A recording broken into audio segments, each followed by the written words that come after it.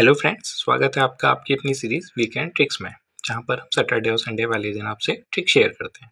तो आज जो हम आपके लिए ट्रिक लेके आए हैं वो आपके स्टील स्ट्रक्चर से रिलेटेड, जहां पर हम बोल्टेड कनेक्शन की बात करते हैं। वहां पे आपको ग्रेड दे दी जाती है बोल्ट की, जैसे 3.6 ग्रेड, 4.6 ग्रेड, 4.8 ग्रेड, ऐसे करके। तो फिर आपसे पूछा जाता है यील्ड स्ट्रेस की वैल्यू कितनी होगी या अल्टीमेट टेंसाइल स्ट्रेस की वैल्यू कितनी होगी।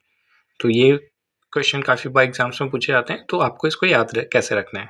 अगर हम बात करें यील्ड स्ट्रेस की, तो यील्ड स्ट्रेस याद करने का सबसे बढ़िया ट्रिक ये है कि आपको इन दोनों का आपस में मल्टीप्लाई कर देना है और एक जीरो ऐड कर लेना है।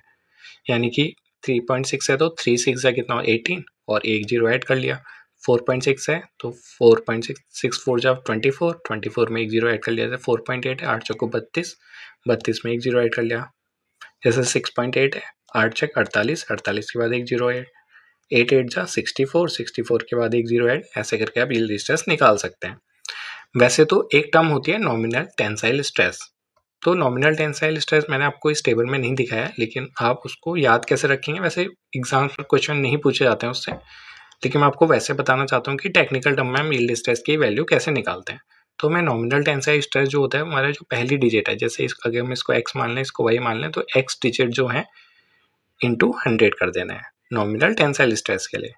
जैसे 3.6 है तो 3 ले लेना है इंटू 100, यानी कि 300 इसका नॉमिनल टेंसाइल स्ट्रेस हो जाएगा। जैसे 4.6 का कितना हो जाएगा 4 इंटू 100 यानी कि 400।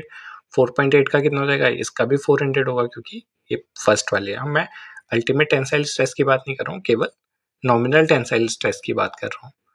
तो आप ऐसे करके नॉमिनल टेंसाइल स्ट्रेस इंटू जो सेकंड वाई वाली टर्म है, जो इसको हमने वाई माना था, इंटू 0.6 कर लेना। जैसे 300 नॉमिनल टेंसाइल स्ट्रेस इंटू 0.6 करेंगे, क्या आ जाएगा 180 आ जाएगा। जैसे 5.6 को लेते हैं, 500 क्या हो गया नॉमिनल टेंसाइल स्ट्रेस, इंटू 0.6 करेंगे तो कितना आ जाएगा 300।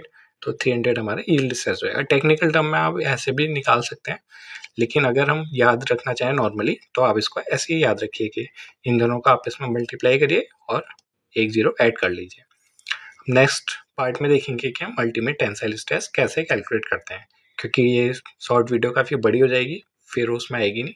तो मिलते हैं आपको नेक्स्ट पार्ट में। Thank you.